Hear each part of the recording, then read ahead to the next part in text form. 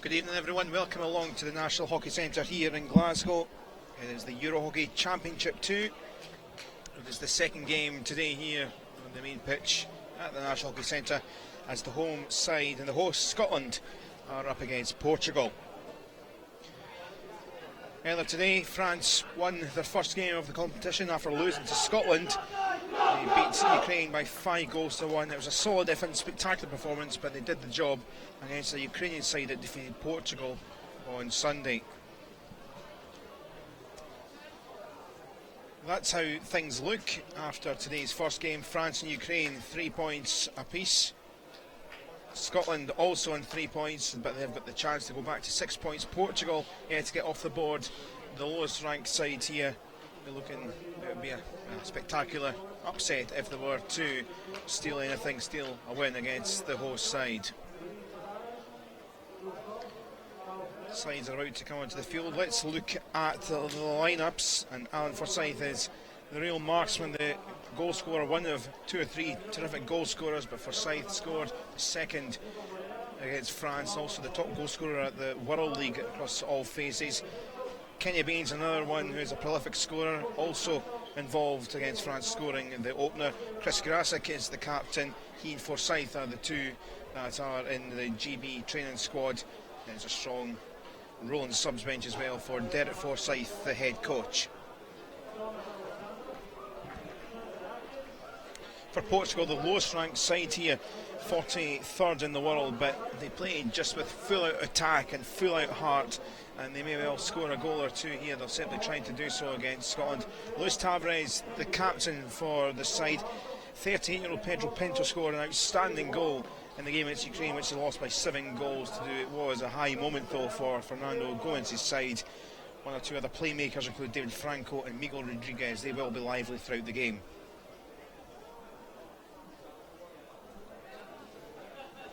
So thanks for joining our live coverage for this game from the EuroHockey Nations Championship 2, and particularly to those on the BBC Sports Scotland website.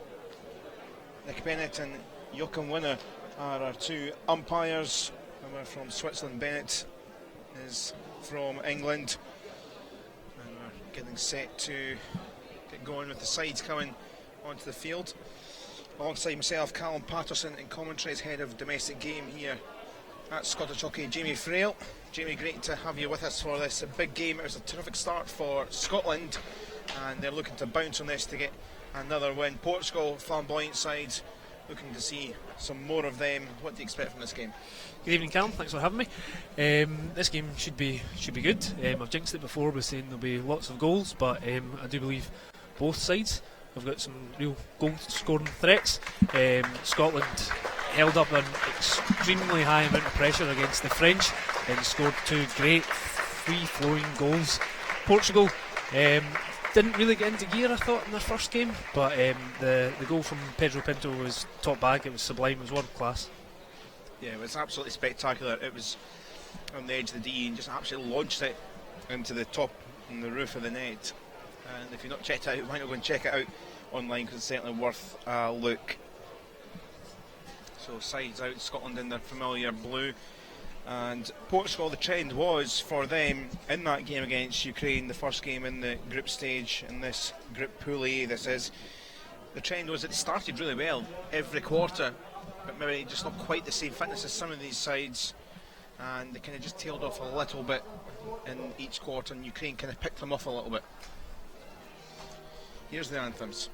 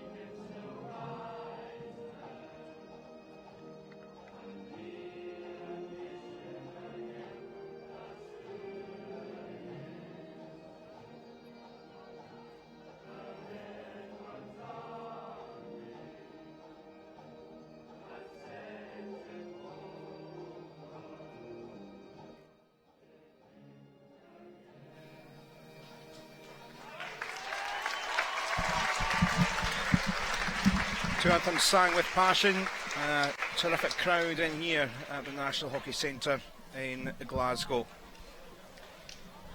So just a couple of minutes away. So Scotland, then there's a quick check-up once again. If you've just joined the coverage of the team, mentioned one or two players, the goal scorers. Jamie, a big wealth of experience, a few young players as well, but players such as William Marshall, 155 caps, Bain, 157, Chris Grasick, 119 caps, this will be tonight in international hockey, but he's now going to be one away from 100 for Scotland. So there's a lot of experience here with a plethora of all these young players. And we've not even mentioned the fact that Tommy Alexander, the goalkeeper, had an exceptional game against France. Absolutely, I think he was the difference in the end. France kept hitting him, he kept getting in the way.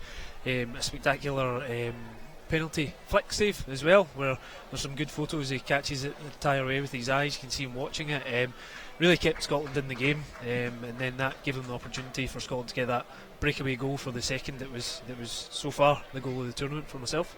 Yeah, Lee Morton with the run initially, the way it worked, it was absolutely superb. McIntyre in, and the second was finished off with real aplomb from Forsyth. For Portugal, touched on some of the players. Joe Coda, their captain. Miguel Rodriguez started last year at World League One in Glasgow. David Franco as well. Luis Tavares, the captain, had a bit of a tricky time. He was sent off in one of the early games, had a suspension, came back and scored a couple of goals in a win against Slovakia. They're a side that obviously the lowest ranked here, but we've touched on already, play with a lot of heart, and maybe it's their downfall that they don't maybe quite as tight in defence, but they do just like to keep on scoring goals, and it does make it a treat for the neutral here. Absolutely, Portugal's they've got some really skillful individual players out there who can just dance with the ball around the opposition, but it's that link-up play that I think they're missing. I think they just need to really tighten up and know where each other are, and once they eliminate that first player, get the head up and pass the ball on to the next teammate. But as you say, they score some good goals themselves. Lights are on. Some of the lights are on here in the ground. It's been a lovely day. We've had a real 4 seasons and 2 or 3 days of hockey so far, but some great games, some great action, and both sides looking to deliver another good game here. France in the end cruised through in their game against Ukraine. 5 goals they scored, and it's turn of Scotland. They're looking to try and get 6 points out of 6 in this group, which puts them in a great position into the final group games tomorrow. Portugal, if they were to cause a huge surprise, it would be a big surprise. It would throw a spanner in the works. We're underway. Atkins with some early possession, trying to wriggle through an early gap, and there's the home side with Bremner and Marshall anchor in the heart of the defence with some early ball. Atkins flings it. Morton, it's a good early chance here. Have they scored already? They have. What a start that is. 30 seconds. Claim, try and work out who will take the claim for that. Morton certainly with the biggest grin. I don't know if it took another touch in the middle of the D, but no, it's a cracking start. Yeah, Lees ran down the baseline, and then it's come off a Portuguese stick, rolled back to him, and he's just come in there in the reverse, and I think he's knocked it in off the keeper's inside leg. So a bit of confusion as to where the ball is, but Lee will be happy with that. From this angle you should be able to see it come in off, certainly comes in off either a Portuguese player or keeper. Just unfortunately bounces off one foot onto the other leg guard, and then he ends up nutmegging himself. Yeah, it was just a little reassurance to see if Grasick never got a little flick on, but came back to Morton, and we just talked about him before we started. The big moment in terms of the second goal against France, the great run he made on the far wing all the way up, and the play ending up in Alfred to score it, and he has played a big part here in 30 seconds to have Scotland lead. And if you're Portugal, how are you feeling now? Because that's the worst possible start. Yeah, absolutely. Some defensive error. Nobody closing down. Lee on the baseline, and then even the initial first touch knocking it back to him. Here they try and come. Miguel Rodriguez, such a clever little fella. Cap number 49 for him. He's 22 years of age, trying to scoop this and skiff this one back, but it will come back with Scotland.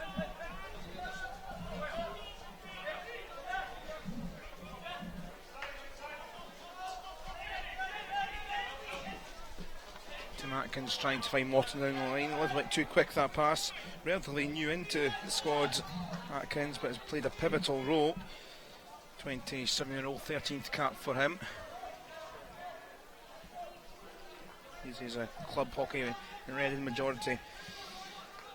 If not all of the players now are either down in England or abroad, applying their trade domestically.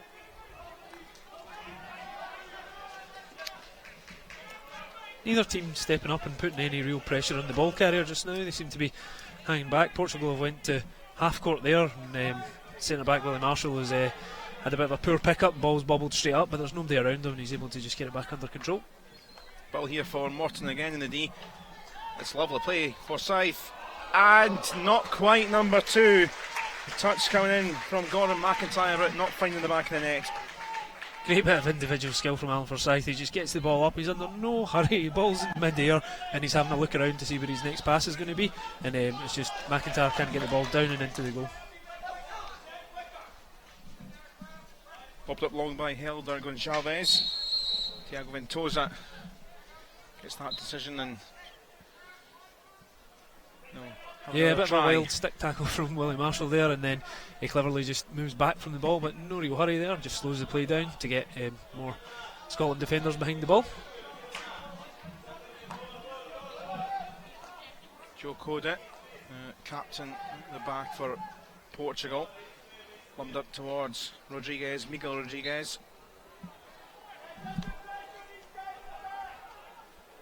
Number 14, Pedro Pinto, just hanging around that back post area waiting for one of his teammates to look up, give him eye contact, and he's going to be on it. I think we might see him in the score sheet tonight.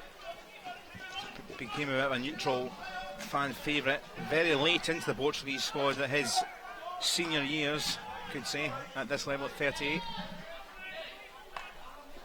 Long from Franco, but no one. Portugal just trying to steady the tide a little bit after a very quick start from the hosts. Yeah, to go 1-0 down in the first 30 seconds, then it kind of sharpens the mind in the old defensive qualities, so they'll be hesitant going forward. They'll just want to keep some bodies back and make sure that sort of thing doesn't happen too soon.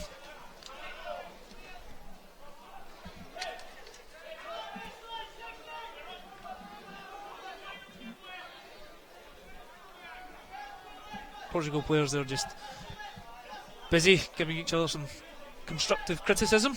Nobody really getting the ball and starting the game again. When these sides met last year at World League One, Portugal were in the group with Scotland, who were hosting incidentally as well. It was a big win for Scotland, 9 goals. So maybe it'll be a gauge.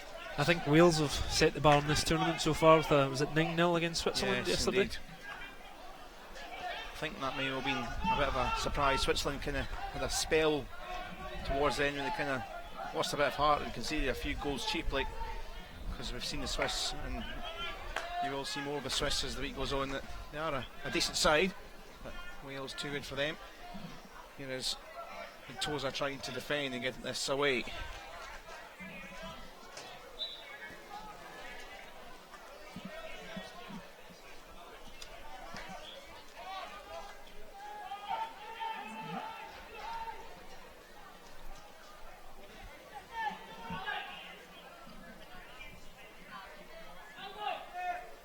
Tavares, Portuguese captain, good turn away by Ricardo Cunha.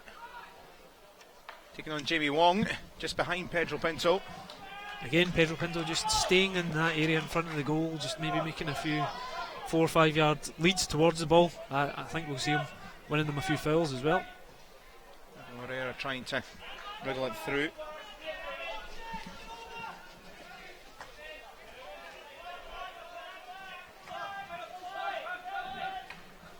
Marshall, long it goes. Tucks him back into his possession. Anderson the supports.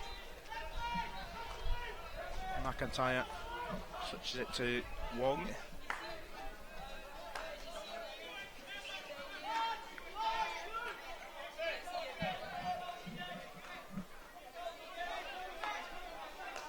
Nicky Parks Cheap one to give away. Ventosa stealing it back.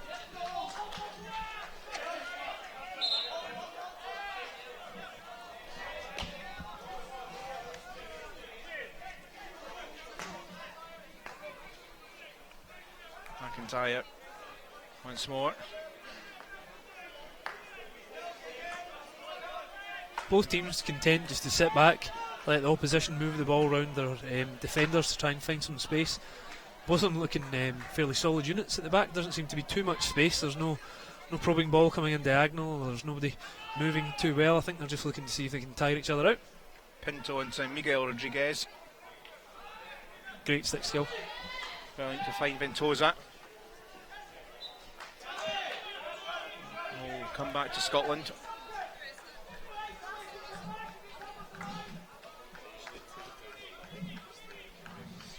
The win Portugal had here last year against Slovakia was the only win in that World League One competition. They did score 5 goals. It was a rainy midweek night, and it was a very entertaining game, as was the game against Ukraine.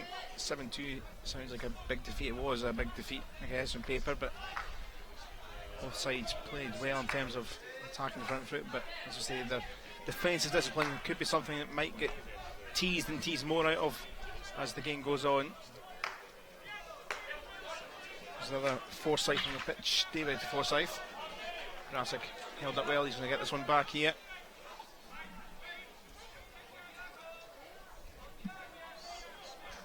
Nice support, just trying to keep it alive, Russell Anderson.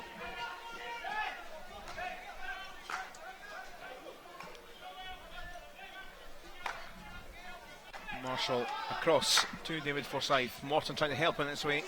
Away by the baseline it goes. To get launched in there and quite work out Morton.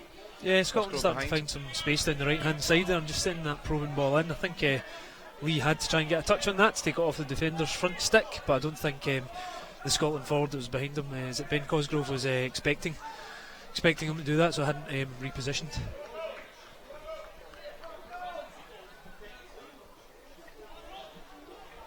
Portugal again just retreating into their own half. Scotland leaving 3 back.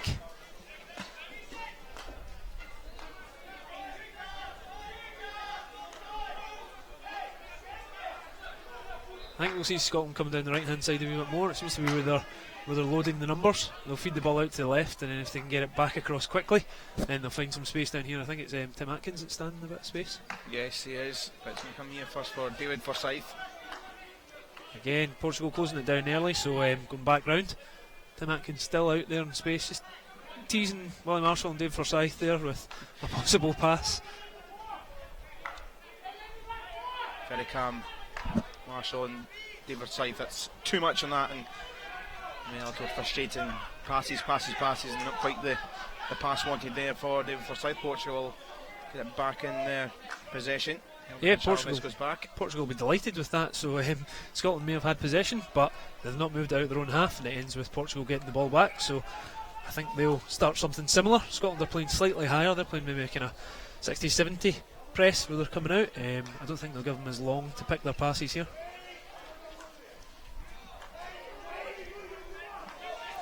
Kenny Boone doing a lot of work in the middle there, looking for other people to maybe kind of pick up as well. There's nothing worse than chasing shadows and your teammates aren't closing down the other options.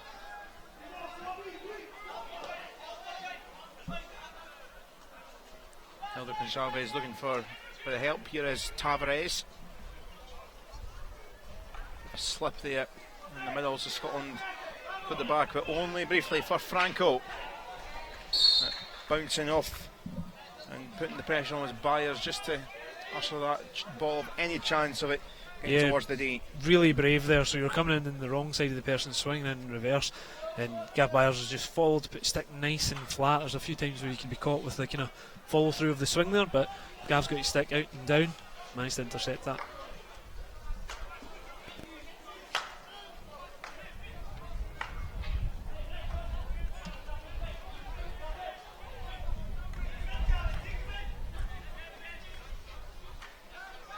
Nice pass from Bremner.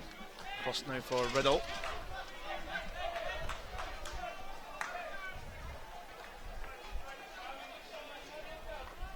from Atkins, switching around the sides. Cosgrove trying to help it. Scotland trying to work a bit more possession in the attacking spot. Brebner, could be space, and there is. Riddle trying to fire it in. Portugal doing really well at just protecting the middle. When they don't have the ball, they just congest it, and doesn't seem to be any route through apart from the one there that went across from Brebner. Skills Cosgrove into the D, looking for a body part, but it's not going to come the way for Scotland.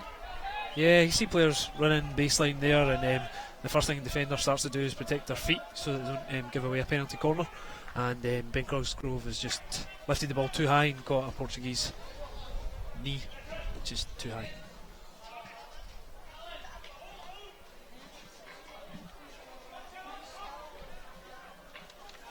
Scotland making a raft of rolling changes. Kenny Bain back on and picking up here. Trying to keep it alive. Good challenge came in from Ribeiro. With glasses on, scored the second consolation for Portugal against Ukraine on Sunday.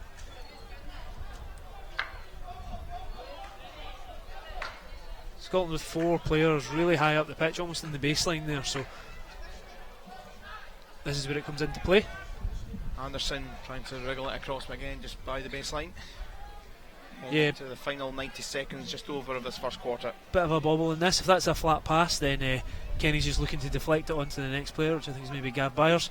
But because it has a bounce, and it's really awkward to try and to deal with and get a flat stick on.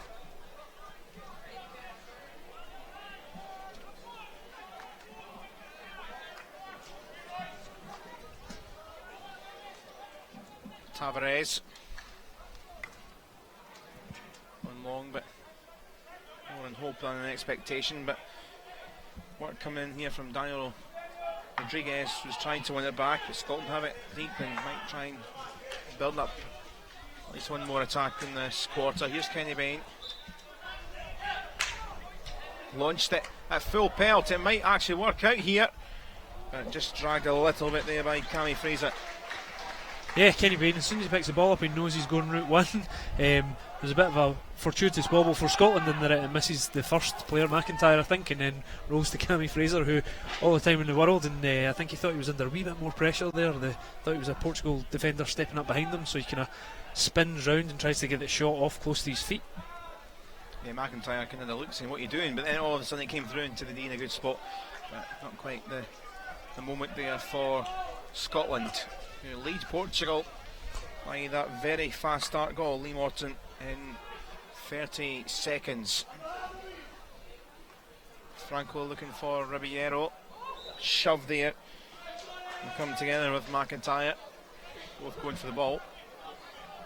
Yeah, I think that's just good strength. So he gets to the ball first, starts to change its direction, and it's just coming together. No malice, no intent in there, so the umpire just kind of blows it for a foul, but no card needed. So that is the end of the first quarter of 15 minutes. Lee Morton's goal, then the difference between the two sides. And well, you could have maybe thought after such a start Portugal might be under huge amounts of pressure. They have had their moments, Scotland, but they kind of steadied the ship a little bit. But here's a little look at the goal. Yep, just comes in off the keeper's right kicker and rolls in between his legs.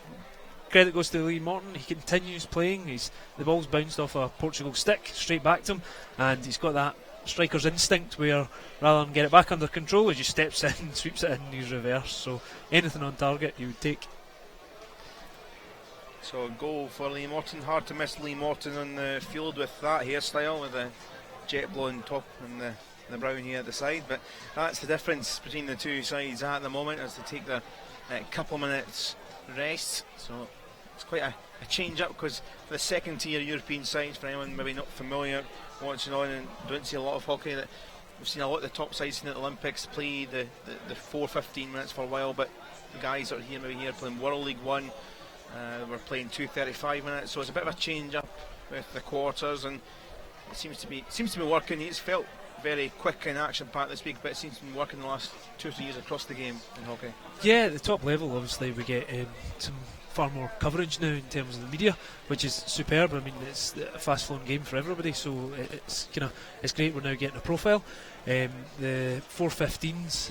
So some people might complain there's been a 10-minute loss of play, but when they ran the data on it, they found that when you stop for short corners, and then when time runs on for short corners, you lose about 10 minutes. So what happens now in the 4:15s is if there's a penalty corner awarded, then you get 40 seconds to set up. So that's equivalent to normally what would be wasted in the 70-minute game. The only thing we don't have here, which we see at the top end of the top tier, would be the video referrals, but umpires, we've seen some great decisions this week already. The umpires just going over and have a chat with each other, so it's still development. So as ever, I think it's one of the things that gets praised about with hockey generally, European and worldwide, that they're quite proactive in change and trialling things out. Yeah, at the top level again, then they've got the kind of facility, they've got the resource to do that. I think the umpiring in this tournament's been really good. Umpiring in hockey in general has come on leaps and bounds, and it's a real team. So you've got 3 teams out there, the 2 obviously who are playing with sticks, and then you've got the umpiring team, and by extension the ball patrol there helping out as well. So I'd get into trouble from the ball patrol leader if I didn't mention them. So underway for the second quarter here. Jamie Wong with some early possession. Scotland with the bulk of possession and have the narrow lead. Portugal looking to try and find one or two of the breaks they found yesterday, or on Sunday rather, against Ukraine. I think that's what they'll be holding out for. As I said earlier, Portugal are really strong in the middle. They condense it, they make sure there's no gaps, and they're standing on each other's shoulder. The goal that Scotland's got, then even though they broke away down the side, you could see that Lee was facing 2 other players, and it's fortuitous that it's dropped back to him, and then it's kind of bounced off the keeper's kicker. I think 9 out of 10 other times then that ball wouldn't go in. Portugal are really, really good at stopping things going down the middle, so Scotland will see more going down the right hand side and down the left. Right on that sideline, as you can see here, it's 1 foot in from the sideline. That's the kind of margins we're looking to play.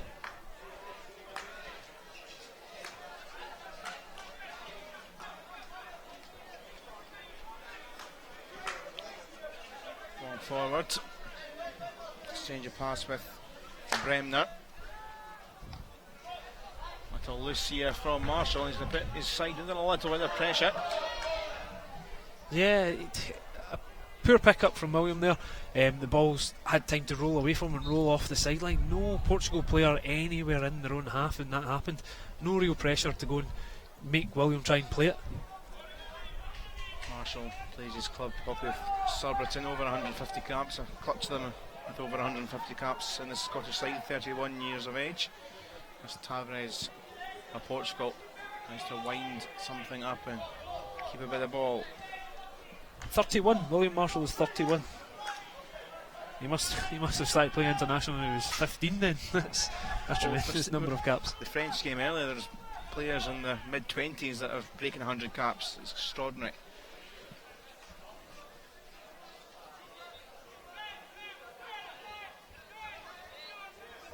Yeah, Willie's been a well-known face at the back for Scotland for years, just that composed, hard hitter of the ball. Willie can absolutely make a ball travel.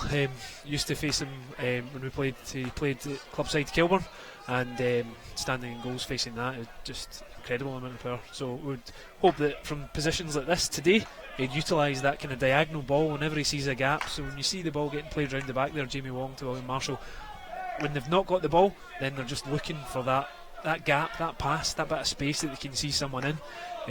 If it's not on, then the example there would be Bremner moving back to try and pull some players out to create that space. Grassock wide, good exchange. Riddle in the corner. Umpires with a loud peep, and there's going to be a card here. It's going to be a yellow card.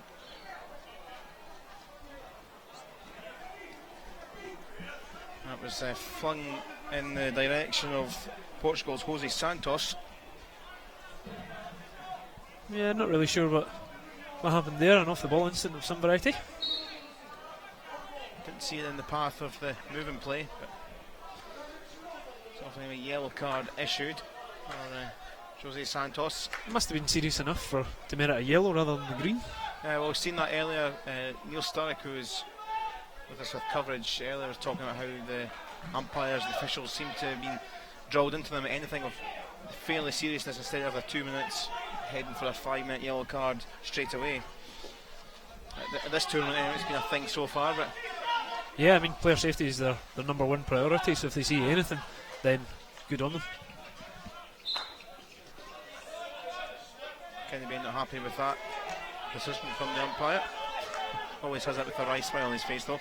Oh, it's a 10-minute yellow as well. Yeah, I was just confirming the length of it. Didn't see the umpire's hand, but it's 10 minutes. So must have been maybe an aggressive stick tackle there in the move when we were following the ball. But here is Portugal with the chance to Franco. Can they lob it in there? It's a penalty corner though, and there is a bit of a chance here for the side trailing. Yeah, so Portugal running along the top of the D, about to shoot on reverse, and because it comes up off Scotland's stick into a dangerous position, then the umpire blows early-ish to try and make sure that there's no danger. When you've got a ball up in the air like that and players swinging wildly, then you can find that people get some head injuries and stuff. So as soon as the umpire sees that the ball's up in the air and about to land in a crowded area, he blows the whistle for a shot corner. Yeah, it looked like it was Riddle that was the one that flew up with his stick. But Portugal then with penalty corner.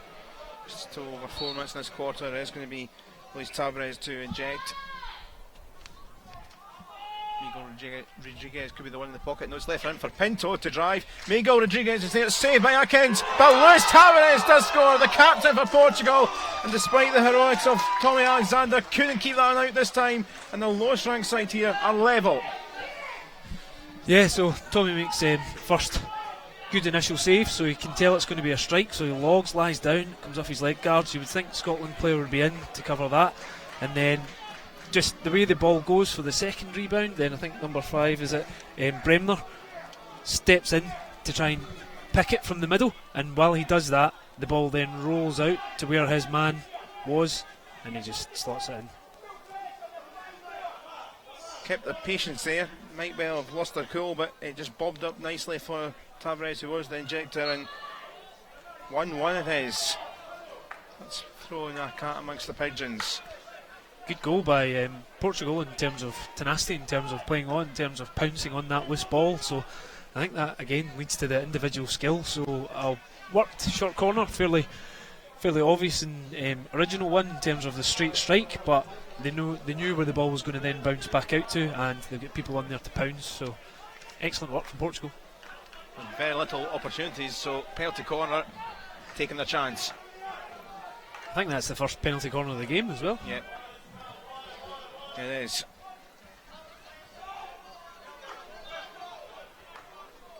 Marshall likes to fire runs today, and is it helped on its way? It is. No, but the umpire's going to blow up here. So there's that mega strike from William Marshall that we're talking about. He saw the gap, the ball's been fired in, and there's a deflection at the top of the D, and I think the umpire suggesting that it comes up off Kenny Bain's body and into the goal. So there's deflection here, and then it touches something in Kenny's claiming it's his stick, so no goal in the end. And now it's back here. Here's Kenny Bain this time. He scores now though, and the crowd roar. And Kenny Bain scored on Sunday, scored again. Scotland very quickly back in front. So pressure on the ball there from Kenny, picks it up. So the leading run from McIntyre to the right just makes the keeper think, hang on, I might need to cover that. Kenny waits till he starts to go down, slips the ball underneath him. Well worked goal, individual goal by Kenny there to dispossess the Portugal player and have the composure to just eyes up, see the keeper's there and roll it under his arm. All going off in the last few minutes in this one. Just after Tavares equalising, Scotland back into gear and thought they'd scored within seconds, did score. And I wonder if it might have been actually Tavares that kind of half slipped and gave the ball away, which would have been a bit of an unfortunate moment for him. Portugal will try and go on the attack. Ivo Herrera's pass is cut out though by Byers. The press comes on here, and now Portugal's turn to try and win it back in the D, and they've got a penalty corner. Extraordinary few minutes here. So huge change there from Portugal. Portugal immediately getting in Scotland's face, putting a bit of pressure on the ball, the same way that Scotland won the ball previously. They break away with it, and there's a bit of a heavy stick tackle, and with that kind of severity in and around the D, then they're always going to give a short corner. We can see Tommy Alexander in goals, just having a conversation with his defenders, just having a quick chat. Obviously they don't want a repeat of what happened last time, so he might change the formation. I think they ran an arrow last time, so I can't remember if it was high or if it was low, but certainly they left one person in the right shoulder and everybody else out. Tavares once more with this, and well, we've seen what happened last time. Miguel Rodriguez and David Franco there in position. As with Franco, big block came out, another penalty corner thought coming off the foot there of Parks. Yeah, I mean, you can't ever hold that against him. You'd much rather a foot and another penalty corner than you would a straight line to goal. Parks has just ran the right line. He's ran straight from his post inside the goal, and I wouldn't say let the ball hit him, but he's not moved out the road of it. So perfect run for Parks, apart from on his own feet, because that would have hurt. Another chance in this for Tavares. Franco again, it seemed to hit off another body. I think it might have been actually Parks again. No, I think this one was Gav Byers, was maybe. So, is it Gav Byers? So the first runner comes running out, and exactly the same thing. He doesn't need to try and the attacker needs to try and get it round the runners. So he's just held his line, made himself nice and big, and it's come off the shin guard. So I'd much rather it hit my shin guard than my foot. Parks was still hobbling. Franco again. Miguel Rodriguez, it's an excellent save. It's another penalty corner though. I think Parks has ran into the drag flicker just as he's taking that snap and getting the shot off, and I think he's taking another hit there. Sustained pressure this from Portugal.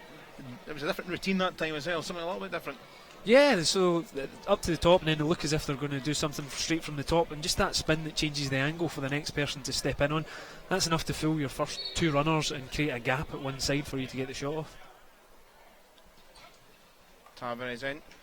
Franco didn't come off a body part. No, it's going to go the other direction. So again, the first runner is out hard. I think it's Anderson. He's came running out, got close enough that he's taken the right line, got close enough that it's hitting the body. With that, you as the striker need to make sure you don't cause a danger. So if anything that hits knee or below when they're that close, then it's your foul, but anything above knee, then you would assume it's dangerous. Possession quickly turned over, though. A lively quarter this. Really entertaining. Well, they didn't promise it, certainly from the Portuguese side they would try and make it a game.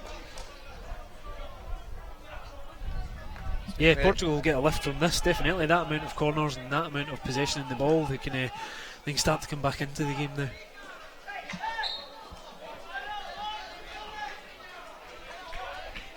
Derek Forsyth lost the Scottish coach prancing around. He does that a lot anyway, but prancing around maybe at a slightly quicker pace than usual. I think his preferred term would be prowling rather than prancing, knowing Derek, but your words, not mine.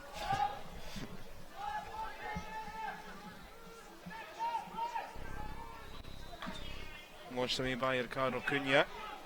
Only back into the Scotland path. Atkins now.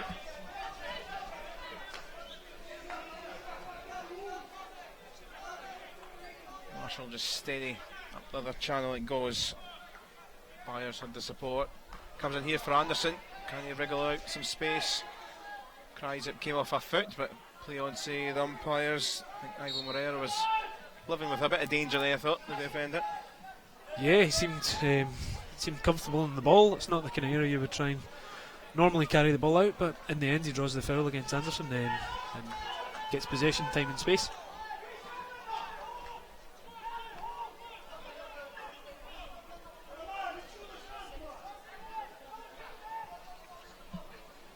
Tavares, that's lovely work to try and keep it. Yeah, great individual skill there, just knowing where the gaps are in and around the feet. So it's so hard when somebody's playing the ball in and around your feet to try and get your stick down to protect that. and he just finds the gap, finds himself in lots of space, but somebody else comes in and tackles him quickly after that. Cap 68 for the Portuguese captain.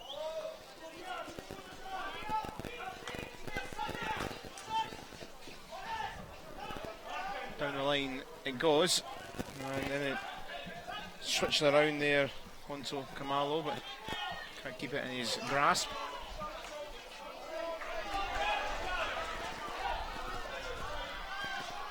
Turn away here though from Scotland and from Cosgrove. Good area this is. Alan Forsyth trying to get the penalty corner, and arms out from the umpire, and it's now Scotland's turn to try something from this situation. Yeah, he just drives in. There's not a lot of bodies in front, and without giving any real cue, he just fires the ball across in and around the body and hits the foot. I think we need to remember though that Portugal are still a man down. They still got that 10-minute yellow card, so Scotland should be winning a few more corners, should be up in and around there. They've got that extra body. They should be making a big difference with this now. Thanks for reminding us all about that yellow card, because there's been so much happening that is still the case.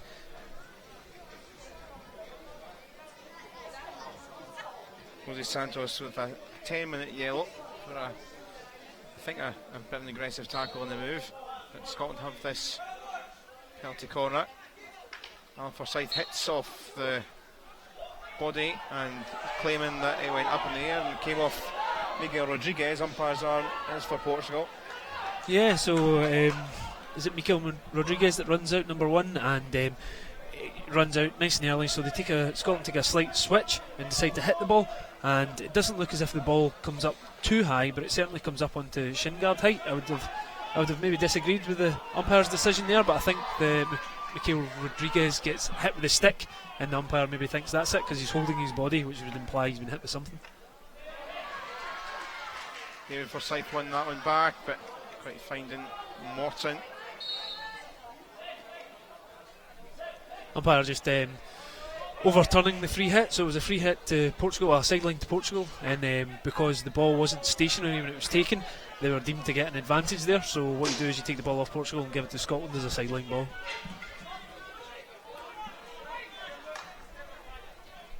And into the final 4 minutes of the second quarter. Scotland maybe looking for a third before half time. Portugal looking to try and hold off, keep this game alive for them. Scotland still a man up. Yes, Anderson. Jimmy Wong back. So that's another thing to contend with. Portugal may well feel when they're defending that man light might play a factor. Forsyth rattling again. Kenny Bain just can't quite get it in his path. Grasek, it's hammered away and high. Yeah, so as soon as Scotland start to break around the 25, there's 4 bodies in the D there, and then another 2 come to join them at the top of the D. Grasek putting a hole in the fence with that. He was giving it the full whack. Would have preferred to have put a hole in the back of the goal net. Yes. Never mind for Scotland's perspective, but for Portugal's perspective, it was a quick dart from Vasco Ribeiro as the free hit his side do anyway, and looking to build them next attack. It's been a terrific second quarter from them. As we said, they kind of bounced back after the horrible first 30 odd seconds in the first quarter where they conceded.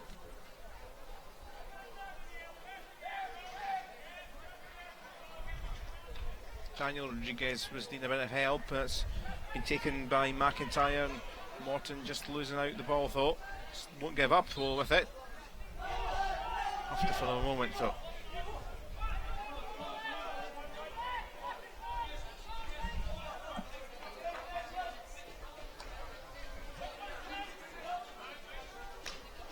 Bain's collected this with a poor pass. Bit of a juggle routine from Kenny Bain.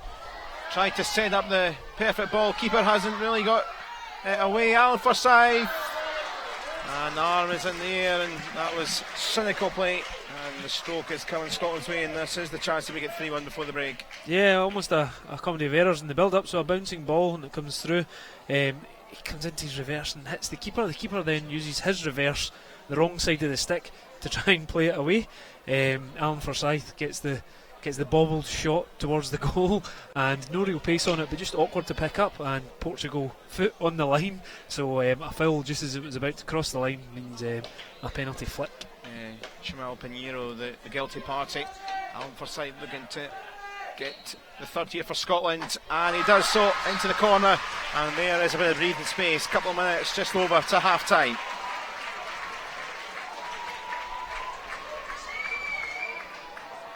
So Alan Forsyth not giving much away in the setup, and then he flicks low and hard to the keeper's right, and it's just that kind of awkward height where if it's along the ground then the keeper's foot will be there, if it's any higher then the keeper will catch it with his glove or his stick. So we see it from this angle, it just kind of goes that kind of backboard height, just too high for the foot and just too low for what would be a natural stick or glove save.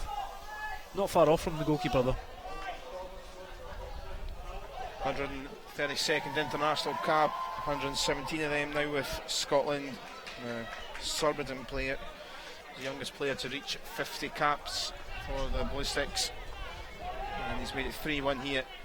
We did talk about at the start before the game how deadly he was at the World League across all phases. Top goal scorer with 15, and Bain's a decent scorer with 8, but it shows you how Mess and Alan Forsyth can be. Yeah, I mean, as a duo, almost any nation in the world would be happy having those two taking up their front line, and the both of them work well together once they get the time and the space.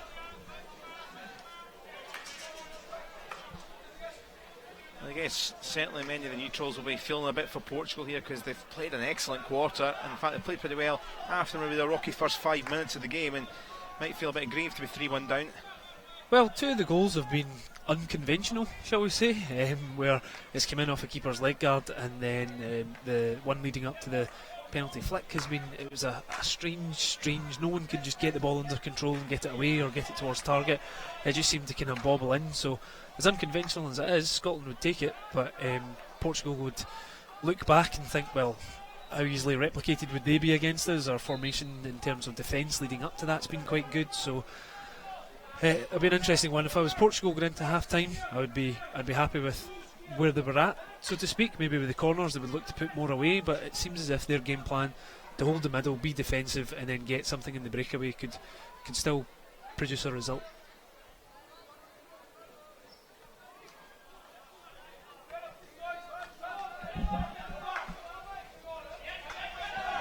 Final few seconds, Riddle to go forward, cut out by Jose Santos. Jose Santos is back on, of course, had that 10-minute yellow card. Kenny Bain trying to maybe get something, but might struggle out past that all-timer. Pedro Pinto blocked himself in the way, but Scotland do have the free hit.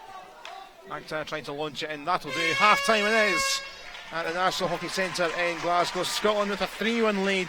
Such an entertaining game, particularly the second quarter. Lee Morton got things off to a flyer of a start inside 30 seconds. Luis Tavares scored from a penalty corner move, which he injected and then finished off.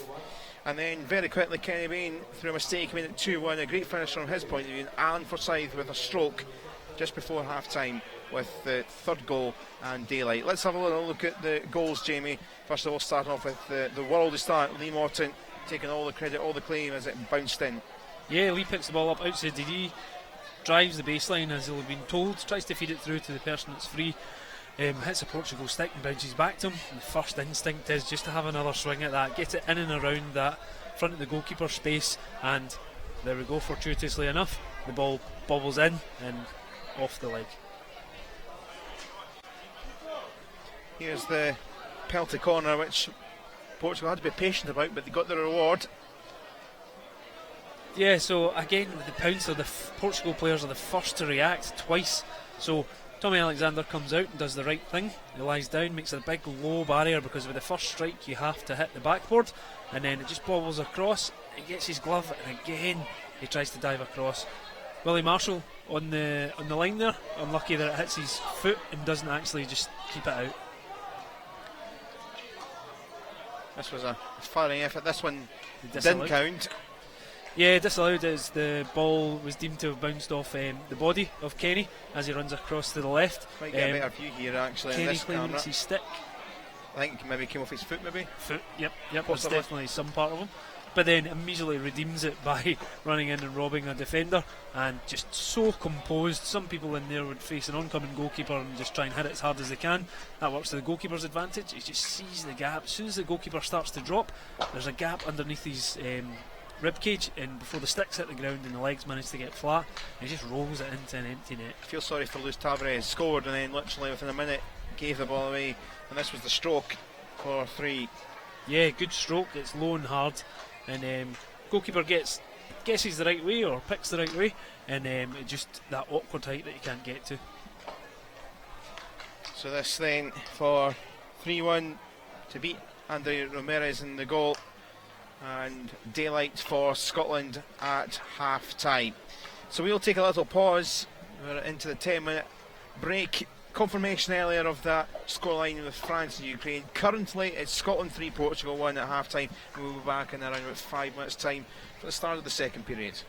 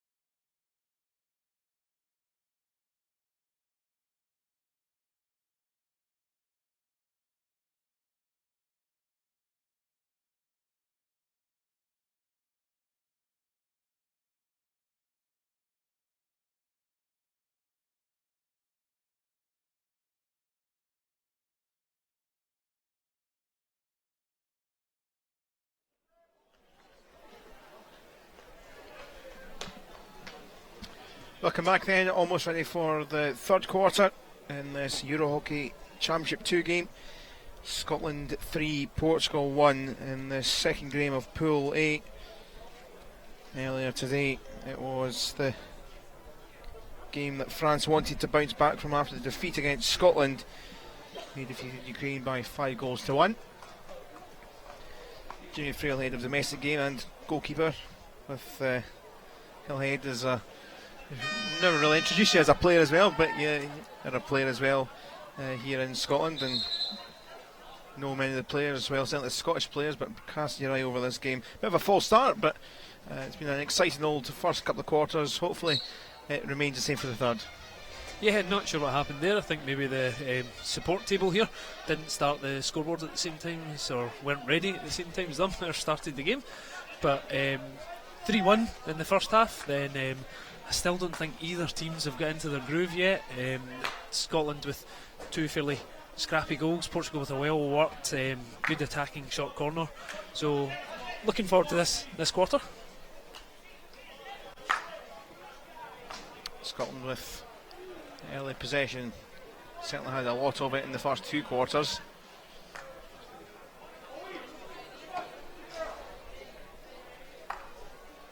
Marshall deadly for Grasic. Space to the left with Brenner found. Quick exchange with Lee Morton. Nice pass in towards Bain. Can't quite get it under his stick. I think that's what was missing from the first half in Scotland. They've got the ball round the back, but that zip, passing it on, and then as soon as somebody picks the ball up, passing it on again quickly, not taking a touch, having a look, but as soon as the other player picks the ball up, they just move it on, and it's so hard to reset as a defensive unit to defend against that. Another one is the forwards know where the other forwards are in the Scotland team. They tend not to look, they tend to get their head down, run one way, and then just slip it back to where they know the other player will be.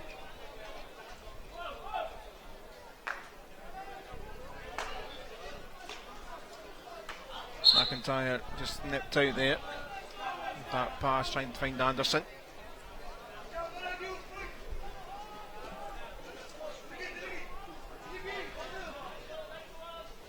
It's going to be Carol Cunha to try and lob forward, but only into the path of Jamie Wong.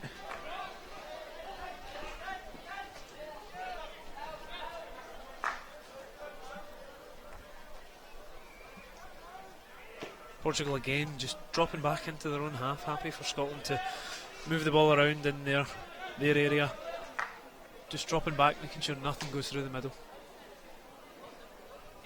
Thiago Ventosa trying to interrupt that pass that was heading for Lee Morton. Scotland try again from deep in space for Marshall, who's switched across the left channel. So that's what I mean about moving the ball quickly there. So the ball didn't arrive to William particularly quickly, so he's had to pick it up, have a look. If it arrives quickly and he's already had time to pre-scan, then he can just move it on, and that gives the advantage to the next person in the chain. Portugal really far back, not putting any pressure on people until they get to the 25. That was from Alan Forsyth, so Portugal, well, they'll try and break, but they've got everyone back, so it's very difficult at the moment for them. That's the thing, if it's a breakaway, it's going to be 1-2 Portugal players against Scotland leaving a minimum of 3 back, so it's going to either take a fair amount of individual brilliance or an error in Scotland's behalf for Portugal to kind of play that way.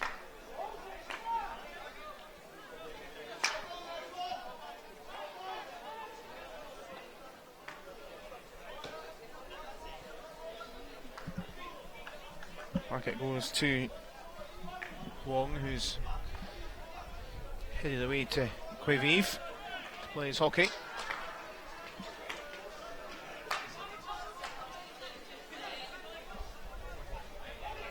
Portugal not looking like a team that are 2 goals down. They don't look as if too much attacking intent.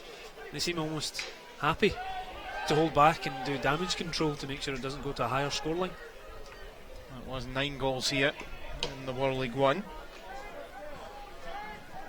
to Scotland, so Portugal trying to not have anything like that, but they've very much been in it. We've seen though against Ukraine the last sort of quarter where they seem to struggle with fitness. And Scotland are a good side, of course. This could knock back, and it's just drilled away by Kenny Bain. Alan Forsyth trying to tee it up, and it is wide of the target. Yeah, it's such a tough skill to defend against. So when the player knocks the ball just slightly further away from the defender and then spins and turns and hits it, so the defender, if they follow, the attacker is walking straight onto a fairly sharp shot. If they hold back, then again they're just faced with somebody getting a free shot. One well here by Miguel Rodriguez, but needing a bit of help. He might just go himself, but we'll keep it in his side's possession. Good individual skill, yeah, he just carries the ball in, but he was fouled pretty early outside the D, so he's been made to bring it back. Tavares trying to switch out it too much for Ricardo Cunha.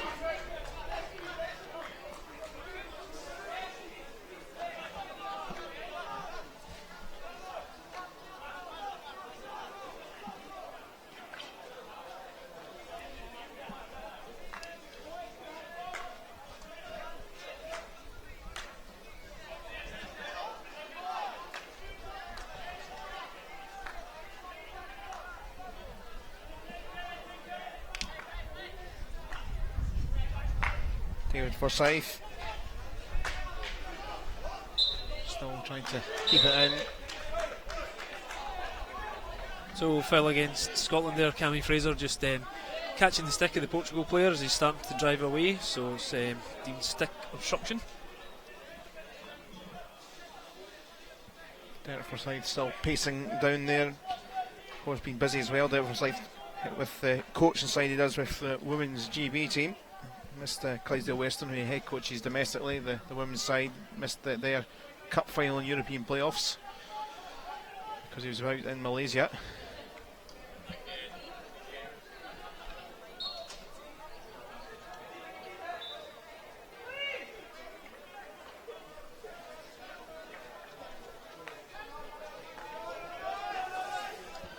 McIntyre forward for Morton.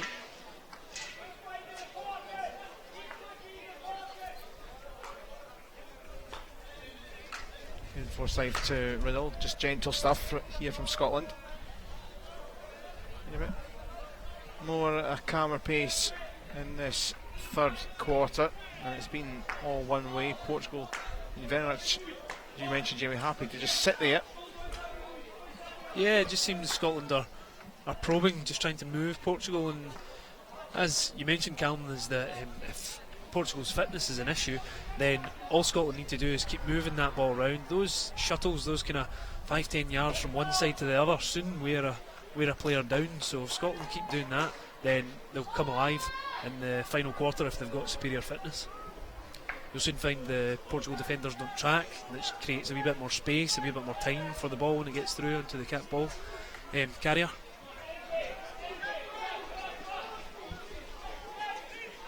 Tavares with the lob. Ricardo Cunha on the chase, but chasing a lot of line for that as it went out.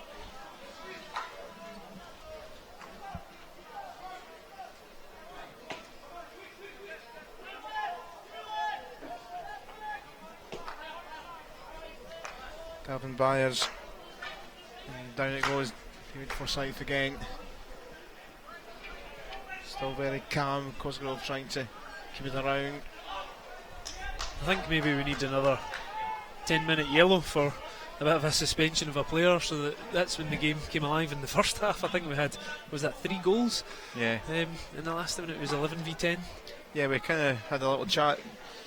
Jamie Hooper, one of the umpires, just watching on as reserve, gave an explanation. But here is a chance for Alan Forsyth. Didn't quite come to him.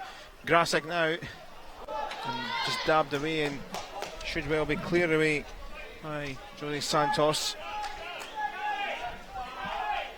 And it was that man, Jose Santos, that got the initial yellow in the first half. It was for a foul across the other side of the pitch where he'd went to ground and he's missed the ball. So if you go to ground and you don't get the ball and you end up impinging the player, then it's deemed dangerous, so you get the full 10-minute yellow. It's serious enough that it's the kind of one stage below the yellow, the red card. Yeah, and there's a big talk about the keeper for Russia yesterday getting a yellow card, which is rare to see, turned into a red, so he'll serve suspension tomorrow, which will bring you back up to date with tomorrow. Scotland carry on, but wriggles away. But yeah, the yellow card for Santos happened quite a way after, but they kept the play going for so long. Alan Forsyth here though can make it 3-1, and he does, and 4-1 I should say now, as he's looking to add more goals. Remember they scored 9 against Portugal, and he is there again. Opened up nicely for him. So from a dead ball, long corner, the ball's fitted in, and it's a great, just that one wee touch that rolls out, and Alan just doesn't give up. He just gets some amount of strength there, and wrist strength, just to get the ball out from that crowded area, and he's only doing one thing if he gets that amount of space, and that's putting it in the goal.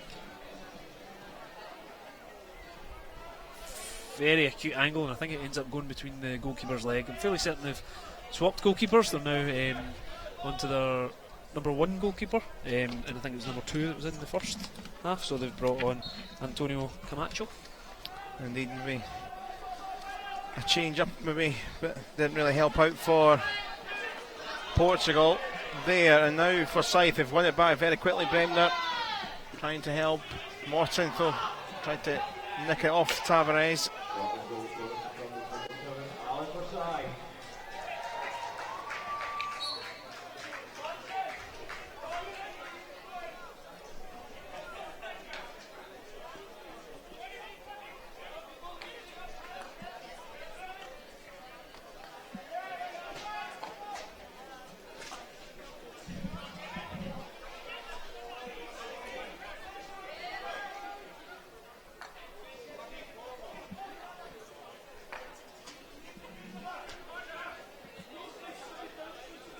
David Forsyth, it just keeps it in his path.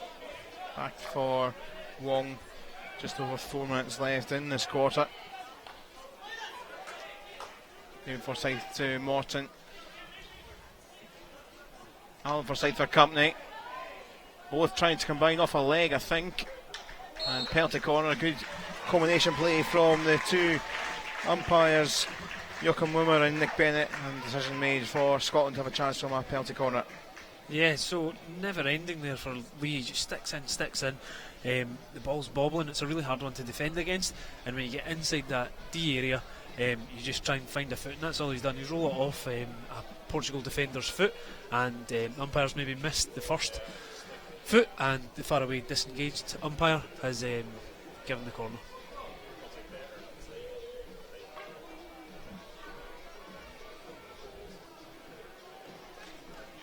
McIntyre the one heading across, and now it's opportunity for the home side to try and get another.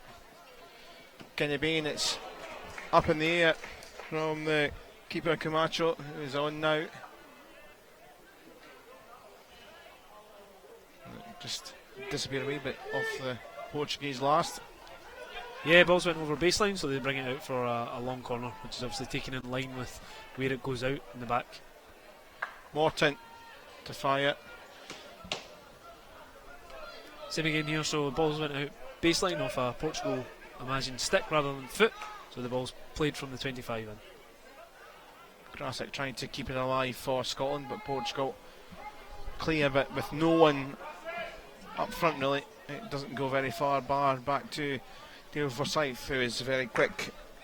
McIntyre to Anderson. 32 years of age, Anderson. And switching now to the other side, Bremner, and now a series of passes to try and work up the next attack. Here is Anderson again, Bain for company, for help. It comes to an end. Yeah, so the Scotland player just driving forward, but he loses control of the ball ends up behind him, but he's still got his stick out in front of him, which means it's obstruction. The Portugal defender can't get to the ball because Scotland's stick is in front. A warning for Morton, coming together with Jamal Pinheiro.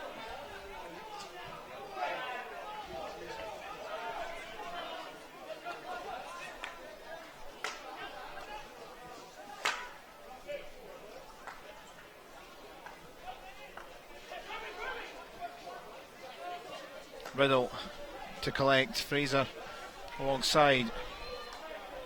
McIntyre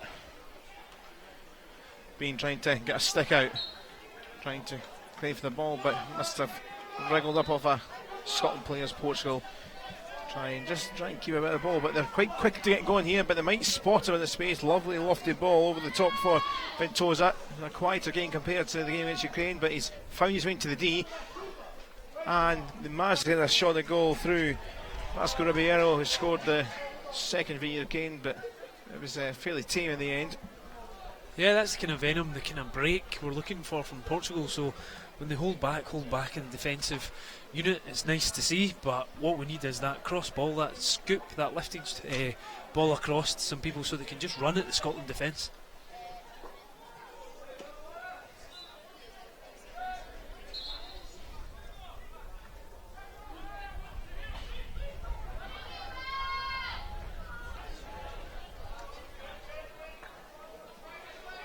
Ball across for Tavares into the final minute of this third quarter. Nice exchange of passes. Here's Franco now, picked up from Daniel Rodriguez. And again, just sounding out. Look at the three Scotland jerseys there. Brilliant work from Gordon McIntyre. Kenny Bain trying to launch into a quick counter. Full pelt from Fraser, but doesn't come to anything.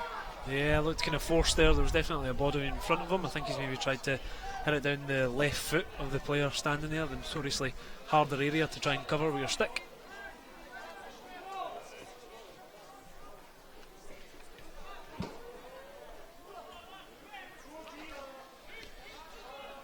It's been a strange quarter. The thrust a bit of certainly what we've seen before half time, particularly the second quarter. It has been far. I don't know if tight as the word, but it's been very much attack against defence. Scotland got some reward from it, but Portugal maybe trying to reserve some of their freshness as the end of the quarter now takes place. But maybe Portugal start maybe saving something, because we did see it on Sunday how they died out quite quickly in the fourth quarter. Yeah, even as they're walking in just now, it's tired looking individuals. There's no heads up, there's no eye contact, no chat. The body language implies they're pretty tired, so I think this is the fourth goal. Yes, let's look at this moment. Little helping on, and there was Alan Forsyth. Grassick with a little flick to him. Yeah, the goal's almost made by number 8 for Scotland at the top of the D, and there's no intention of trying to pick the ball up. All he does is redirect it and change the direction so that a forward for Scotland can just move into that space. And that's what I was saying about the forwards not needing to look at each other. They know where they are and they know what they want to do before they get the ball passed to them, and it's very selfless and it's great to watch.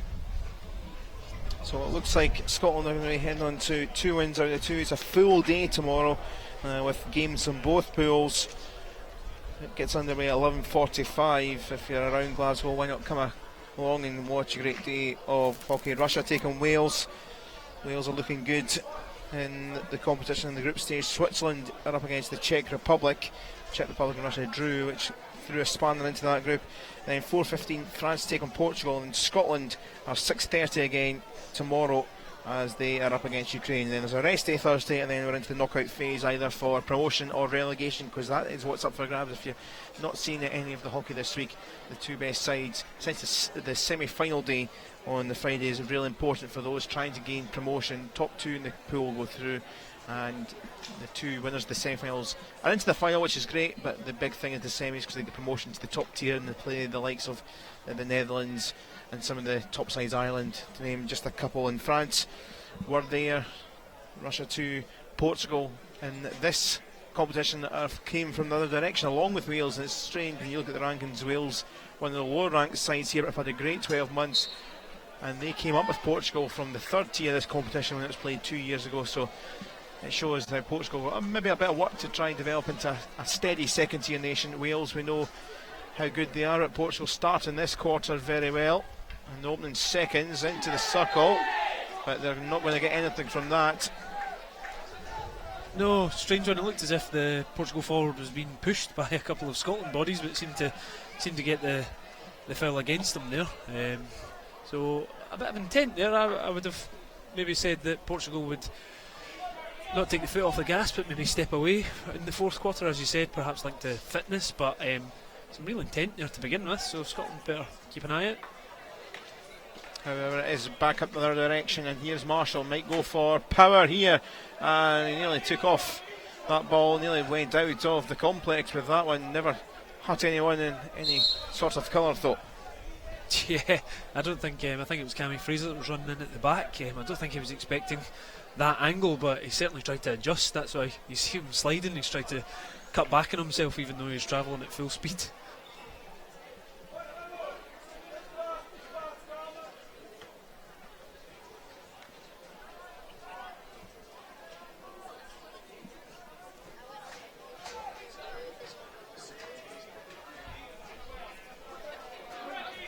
Nice running this down that channel. Fraser link up, trying to get back. Is it going to come? Is it going to fall? Fraser's making the run in, as was a couple others, including Alan Forsyth. Yeah, I think the ball just ends up too far out in front of Gav Byers here, so he ends up passing the ball out, looking for it back, but it's just too far ahead of him for him to do anything meaningful with. Good commitment though, because he's not stopping even though he's seeing a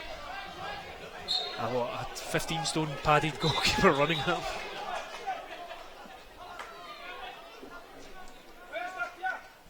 Byers and Fraser, but that's away by.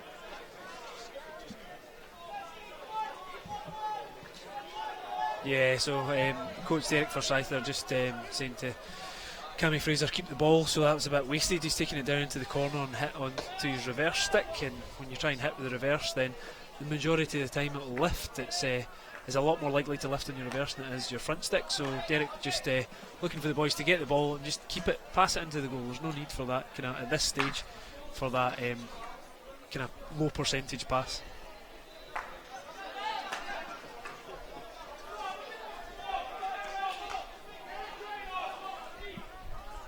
Marshall thought about a long pass but decided to go backwards. McIntyre managed to ride the stick of Miguel Rodriguez, but back it came with side in red. David Franco now given away, and now Anderson could be some space to open up. Forsyth in front, McIntyre round two, and Forsyth that ricocheted off Carlo Cunha. The long corner, Byers getting ready to take very quickly. Jamie Wong providing some support for Byers.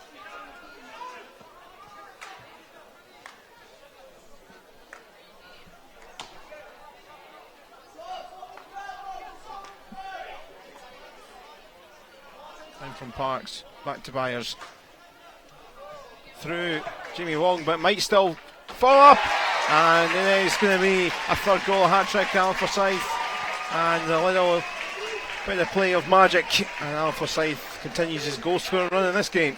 Yeah, so either superb vision here from Gav Byers or very lucky that it's just rolled to Jamie Wong in the back post. I think the Portugal defender had seen him, he would have reset, but Jamie does the correct thing, just feeds the ball back in nice and quickly for somebody to come running and get a deflection in.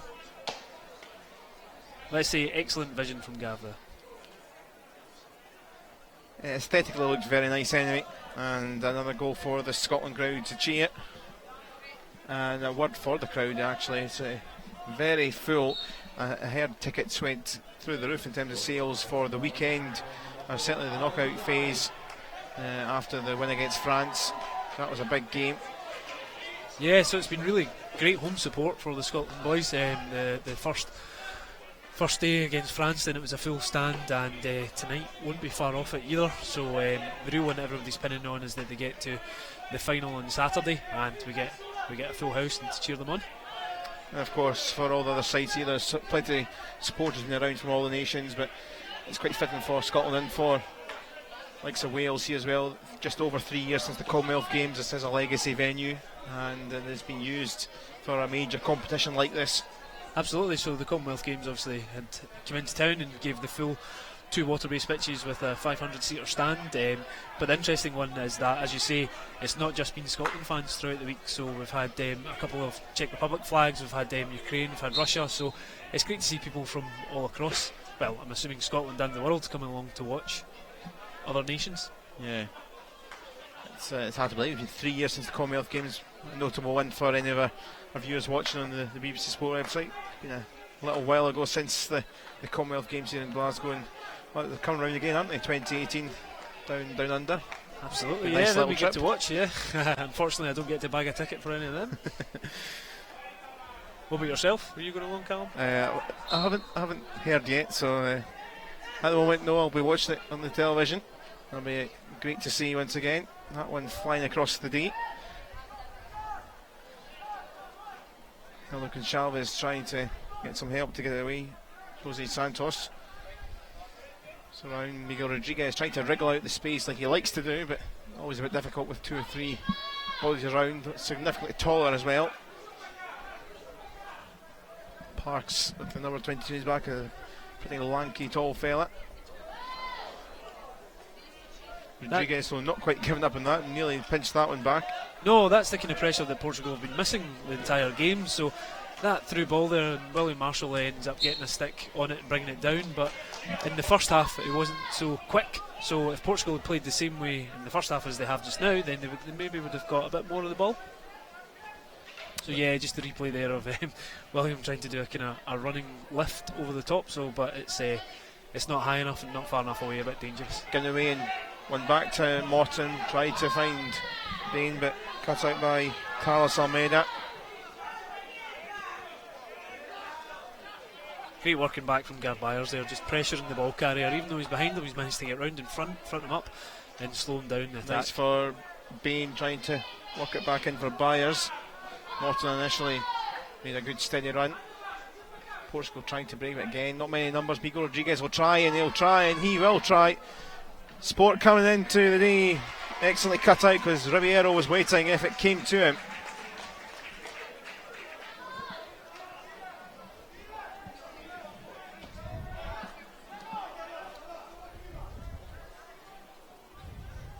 Thiago Ventosa stuck in that corner. You may well have heard sticks coming together from here. Here's another little look at the ball fired in, and well cut out it was from Duncan Riddle.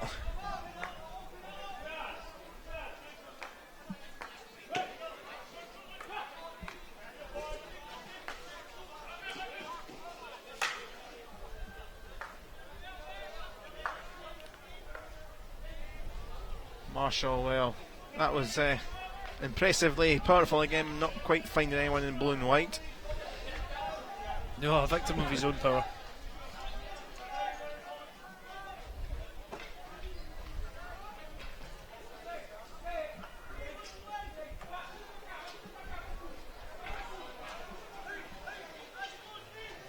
Portugal trying to get away. Tavares, dummies by Alan Forsyth. Helder Gonçalves. Skiffs by Alfonso Camalo. You think Portugal, Jamie, because it obviously looks more likely now they'll be trying to save their status. Do you think they are a long way off then in what could be a tough fight down there with likes of Switzerland and co that they may well have to face? Come back to that point in just a moment. They might well get this clear because we're not quite sure of how the pools are going to go elsewhere yet, but there could be a couple of decent teams that are going to be trying to save themselves. Portugal a chance on the day? Yeah, Portugal on their day, absolutely. As we said at the beginning, in terms of individual skill, then there's players out there who can not turn a game, but certainly get a few goals down to just getting that fast breakaway. I'm not sure they do look quite reserved today. I'm not sure if that's a save the legs or if that's a don't show your hand in terms of style of play or so tactically save themselves because they know they're probably going to be in that sort of fight anyway. Yeah, there's potential for that because obviously there's great coverage and full stand, so there's a lot of eyes on this. And if you think you're up against a tough team, do you really want to to fire out your best formation, your best setup? You can be working on other things. Well, the likes of Switzerland, they did play here at World League One in Glasgow. They lost 4-1, so that's the kind of gap still to even the likes of Switzerland to a solid second-tier side. Although they got a reprieve to stay in this division, but they could well. Switzerland would be one of the sides who think they'd feared themselves in the relegation battle. But Portugal will try and still battle on to get a consolation, another consolation goal. Tavares doing so for his side to help out after scoring, which was an equaliser at the time. Scotland with all the bodies behind the ball, and Portugal with four people back there, so that looked as if it could have been a good opportunity to really push forward and press against Scotland, but they don't seem to be taking the advantage.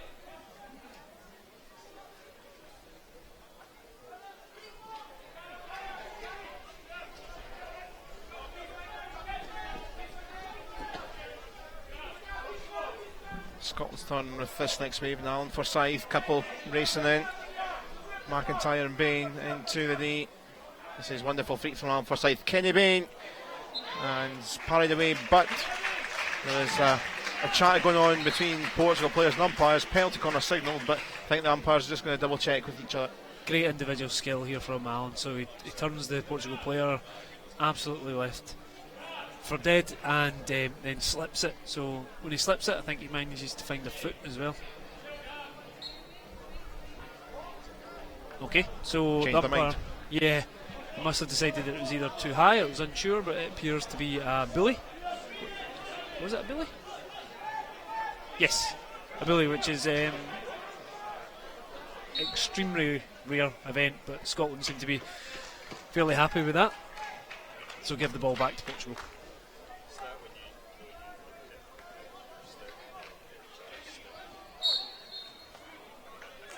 Wanted too much strength from Gordon McIntyre. Long and searching that ball, looking for Ventosa. Clambering over the back of Marshall. Yeah, Ventosa knows immediately as soon as he looks up that he's had his hand on Willie Marshall's back there, so he's always going to be pulled up for pushing. Well, just needing something to lean on for a bit of a breather, maybe. Yes.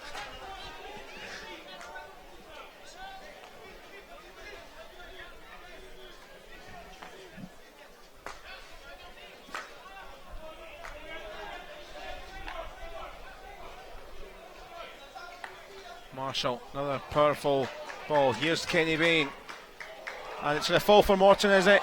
Another couple of excellent saves, of course, to keep it came on at half time. That is Antonio Camacho. Yeah, umpire there just double checking, because I think that second follow-up shot has just come up and either hit the goalkeeper an unpadded bit of the leg or in the midriff, but you can see here Lee very quick to react, so shot comes in, keeper's first save, and Lee just tries to get back under the ball and lift it over the oncoming goalkeeper.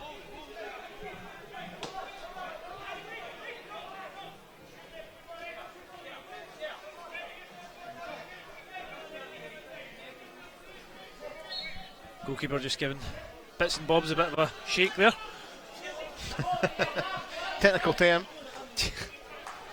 Nice move again, Bain for Lee Morton, could be in behind. Portugal players all over the place. Keeper comes out, and fair cop, says the umpires. Yeah, keepers came out and had to touch the ball there, as we said about the yellow card. Goalkeepers get a bit of leniency, but when you come up behind the player like that, you need to make sure you get a clean touch of that ball, and he does. Full extended stick and just clears the ball away. Igor Rodriguez trying to keep it on its path. Yes, you mentioned the yellow card in the second quarter for Jose Santos. That one goes over from David Franco. Yeah, ball fired in at pace, just looking for a bit of deflection. So here Lee sees the oncoming goalkeeper, tries to protect the ball by changing the direction so that it'll be a stick tackle, but ends up pushing the ball too far away. Keeper just gets a touch on it, so looks quite spectacular. Lee ends up flattening his back, but it's a perfectly valid, safe tackle for the goalkeeper. Alan Forsyth on the edge of the D. Good link up. It bounced up, it didn't quite for Chris Grasic. Yeah, so the player on the baseline under no real pressure there, just takes his time to find his spot and puts it into some congested area. Nice long ball this here. Franco and Pinto just kind of getting in the way of each other, but I don't think either would have probably got that.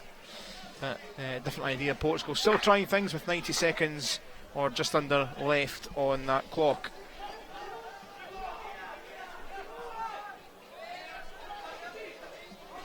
Here is Pinto though. Cut out by Wong. Little nice smile there from the umpire. Pinto is using all these chat of the day to try and get that ball back. Yeah, a minute left and 4 goals down. I think I'd be focusing on something else rather than the sideline ball.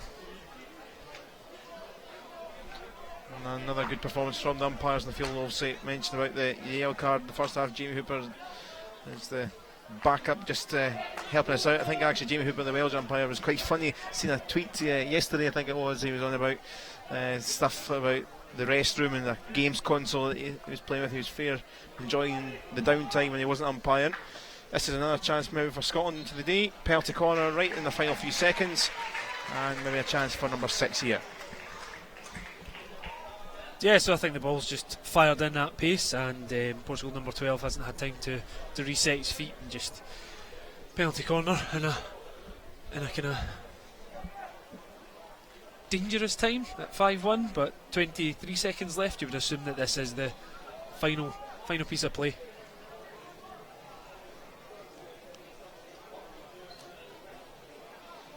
There was a bit of a change up, of course. One of the changes with penalty corners when it gets to 0, that they're a bit of an extension of time now. We've still got time on the clock left though, of course, but just to point that one out. So penalty corner taken. Al Forsyth not far away, still alive here, and Lee Morton's going to score with 15 seconds left. He started the night off with a goal, and he finishes the night off with a goal. That's not a bad sandwich. Yeah, Lee gets his revenge for being wiped out by the goalkeeper, but a nice ooh from the crowd when the ball hits the post. I think that was the only thing that was missing in this game. And then it's just played across lots of space and time. He doesn't need it, he just immediately fires it in. And that's some tired legs there. Lee just looking. Ball's played across square and he pounces on it.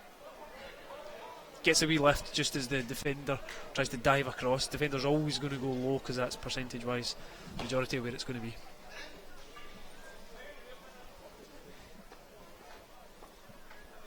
It's not quite 9-0, so Portugal kind of kept it together a bit more, but Scotland just eased things further clear in the final few seconds. And a little countdown in the stand as well. It's been another decent performance from both, especially in that spell in the second quarter, which was rather crazy, but plenty of goals. Scotland have won convincingly. Lee Morton starting and finishing the scoring in the first and 60th minute. Kenny Mayne scored after Luis Tavares converted from a penalty corner situation which he took, then finished off. Al Forsyth getting a hat-trick in there too. Job done for Scotland. 6 points out of 6 with a game to come tomorrow, 6:30 against Ukraine. It's all you can ask for really if you're a Scottish supporter. Great composed play from Scotland. Well, from the very start, straight into those channels, and ball fed across, Lee on the reverse, and he's just double checking with umpire there. Bit of an appeal because he knows it's right, and ball bounces off inside the leg guard and in. So tough for the goalkeeper there. Goalkeeper's got the angles right, starting to move across. It's just taking a horrible bobble off the inside leg. So that was minute 1. This is the 20th minute. And Portugal didn't threaten too much until this point, but took the time to execute and finish this penalty corner. Yeah, so the second time that Scotland ran the corner after this, then they didn't run out the same formation, I don't think. It's just a simple case of reacting first to the ball. So the goalkeeper doing the right thing, just get nice and low, made the first save, second save for a third phase goal, and that's it's pretty tough from Tommy. This was very quickly a goal for Scotland to give them the lead again through Kenny Bain. Yeah, Kenny robbing the defender, so I think you see a good angle of it from the back in terms of the composure and just slipping it. So good tenacious pick up, just slides it underneath the oncoming goalkeeper, so takes it really well. But Indy, who knows Kenny knows he's composed. We know Kenny's composed. Penalty stroke just before half time. Al Forsyth, the first of his hat trick. low and hard to the right. It's, the way the striker moves, you're going to always kind of rotate to your left, so the goalkeeper's right. And that's where you get the biggest amount of power.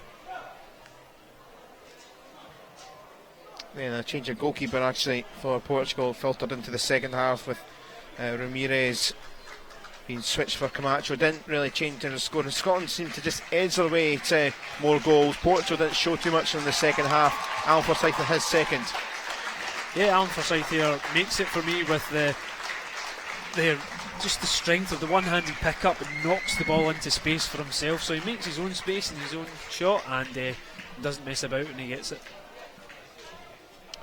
And then yet another, and we'll call that great skill from Jamie Wong, the way it just went through his legs, great vision with the pass as well. We'll just call that, it was all meant, it was all planned, I'm sure. Superb vision from Gav Byers, we're giving him it there, and Jamie Wong finds himself in lots of space, lots of time, and just rolls it between the defender and the oncoming goalkeeper. And then again, a bit lucky off the post, but patient from Scotland.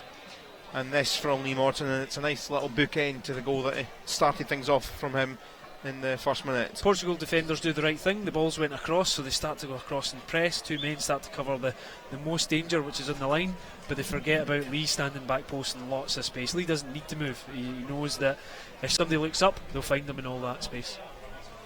So here's confirmation of the scorelines. France 5, Ukraine 1, Scotland 6, Portugal 1. Scotland with 6 points out of 6 in the table. France with 3 on the board, Ukraine with 3 on the board. Scotland effectively are pretty much there now in terms of semi-final, but they've still got big things to play for. Ukraine still trying to get through. Scotland looking to finish top of the group, because that should mean theoretically, even though it's very difficult this tournament anyway, but in theory a marginally easier semi-final. Absolutely, yeah. So I think Scotland would have been thinking if they top the group, then they can avoid playing perhaps Russia. They'd scoped out as the potential opposition if they came second in there, so I think they were definitely aiming to finish first in the group and get an easier run, or a perceived easier run in the semis. That's not to say that it'll be a walkover. I think there's some extremely exciting hockey ahead of us on Friday. Indeed. Before then, though, the Wednesday games, the final group games, full day of action from 11:45. Russia take on Wales. It is Switzerland against the Czech Republic at 2 o'clock from Pool B. That is really tasty, with Wales in charge, still needing something. Russia and Czech Republic drawn. It's in the balance between those three sides and who progresses. Switzerland were looking to save themselves. In the other pool, Pool A, France against Portugal, and then Scotland against Ukraine. It helps with Scotland. France, if they win, Scotland might know they only need a point. Ukraine might need certain goals and all sorts of things. So it'll be stuff that we'll sort out tomorrow. If you can, local, if you can get along, it'll be great. And it's been great support, as we mentioned. Plenty of home support, plenty of other nations have brought certain fans as well. So the stand's been pretty busy throughout the tournament so far. Yeah, I mean the facilities available are tremendous. A covered stand, so even if it rains, that's no excuse. Then there's lots going on, half-time activities. The kids can come along and jump on the pitch. They can get to meet the Scotland players, so they can get their programmes signed. It's a great experience. Well, Jamie, great to get your thoughts. You'll be with us for the Switzerland-Czech Republic game tomorrow, so looking forward to the full day's action, and we'll see you then tomorrow. Thanks, Jamie, for your thoughts. Thank you. So that's the views of Jamie Frail we've had throughout this game, head of domestic game at Scottish Hockey. That's about it from us here from the National Hockey Centre in Glasgow. 4 games tomorrow, coverage from just before 11:45. First up, Russia against Wales. But in this pool, Pool A today, 2 big wins for France and for Scotland, and they are looking to make it out of this pool. All the pools will be rounded up tomorrow and finished off tomorrow. Do join us ahead of the game at 11:45 from the National Hockey Centre. Good evening.